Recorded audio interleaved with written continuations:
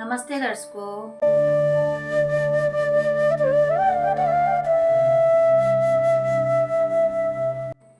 देखो, आज हम जानेंगे कि श्रीमद् भगवत गीता के दौरान महाभारत के युद्ध में भगवान श्री कृष्ण ने अर्जुन को 4 प्रकार के होते हैं भक्त, इसके बारे में क्या शिक्षा दी है।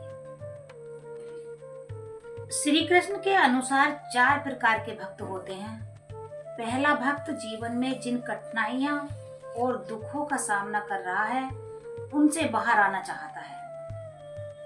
दूसरा भक्त संपत्ति और सांसारिक सुखों की इच्छा रखता है। संस्कृति, लिंग, विश्वास, मान्यता आदि के बावजूद अधिकांश भक्त इन 2 श्रेणियों में आते हैं। श्री कृष्ण कहते हैं कि ये 2 प्रकार के भक्त विभिन्न देवताओं की प्रार्थना और अनुष्ठान करते हैं। इसे इस तरह समझा जा सकता है कि हम जिस जिम्मेदारी से पीड़ित हैं उसे उसके विशेषज्ञ चिकित्सक के पास जाता है। श्री कृष्ण आगे कहते हैं कि श्रद्धा के अनुरूप इन भक्तों की मनोकामनाएं पूरी होती हैं। संक्षेप में यह समर्पण का एक रूप है। निम्नलिखित उदाहरण श्रद्धा को समझने में मदद करेगा। 2 किसान जिनके खेत पास पास हैं, वे आसपास के किसानों की तरह अपने खेतों की सिंचाई के लिए एक कुआं खोदने का फैसला करते हैं। पहला किसान 1 या 2 दिन खुदाई करता है और पानी ना मिलने पर स्थान बदल देता है और नए सिरे से खुदाई करता है। दूसरा किसान लगातार एक ही जगह खुदाई करता रहा। महीनों के बाद पहले किसान के खेत में कई गड्ढे रह जाते हैं और दूसरे को कुएं से पानी मिल जाता है।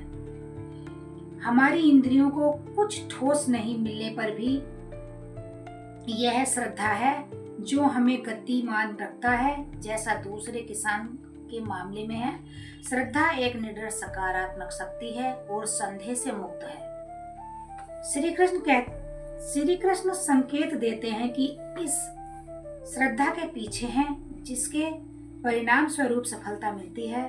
श्रद्धा हमारे रिश्तों, पारिवारिक संबंधों और पैसे में चमत्कार हासिल करने की शक्ति रखती है। तीसरे प्रकार का भक्त इच्छाओं की सीमा को पार करने वाला होता है। वह एक जिज्ञासु व्यक्ति है। वह स्वयं के ज्ञान की तलाश में है। चौथा भक्त एक ज्ञानी है जिसने हर जगह भगवान को देखा है और सर्वशक्तिमान के साथ एकता प्राप्त कर चुका होता है। सत्य एवं असत्य, इसके बारे में भी श्री कृष्ण ने अर्जुन को शिक्षा दी। श्री कृष्ण कहते हैं कि सत्य जो कुछ वास्तविकता और स्थायित्व है कभी समाप्त नहीं होता।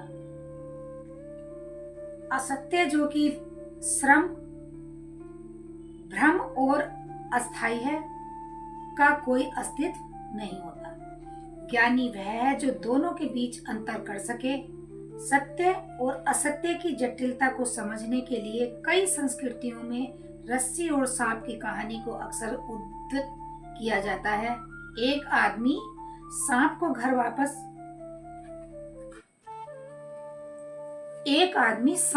वापस पहुंचा और पाया कि उसके घर के प्रवेश द्वार पर एक सांप कुंडली मारे बैठा है, लेकिन वास्तव में यह बच्चों द्वारा छोड़ी गई रस्सी थी जो हल्के अंधेरे में सांप की तरह दिख रही थी। यहाँ रस्सी सत्य और सांप असत्य का प्रतीक है। जब तक उसे सत्य यानी रस्सी का बोध नहीं हो जाता तब तक वह असत्य यानी कल्पित सांप से निपटने के लिए कई रणनीतियां अपना सकता है।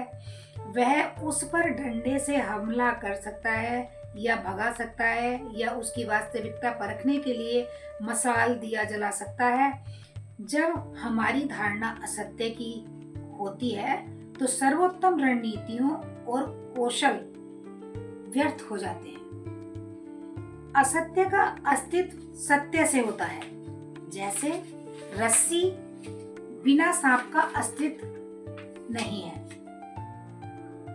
चूंकि असत्य का अस्तित्व सत्य के कारण है, यह हमें किसी बुरे अपने की तरह प्रभावित कर सकता है जो हमारे शरीर को नींद में पसीने से तरपतर कर सकता है।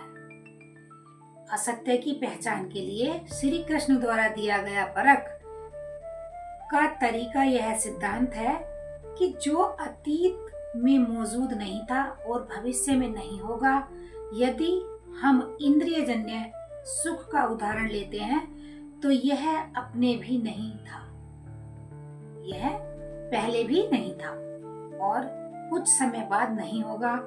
दर्द और अन्य सभी मामलों में भी ऐसा ही है। इस संबंध में संकेत यह है कि असत्य समय में मौजूद है जबकि सत्य शाश्वत में। सत्य अंतरात्मा है जो आसक्त है और अहंकार असत्य है जो अंतरात्मा के समर्थन से खुद को बनाए रखता है। जिस दिन हम रस्सी रूपी आत्मा की खोज कर लेते हैं, तब सांप रूपी अहंकार अपने आप गायब हो जाता है। अब देखिए सज्जनों, मैं अपने इस टॉपिक को यहीं विराम देती हूँ और मेरी जय श्री कृष्णा।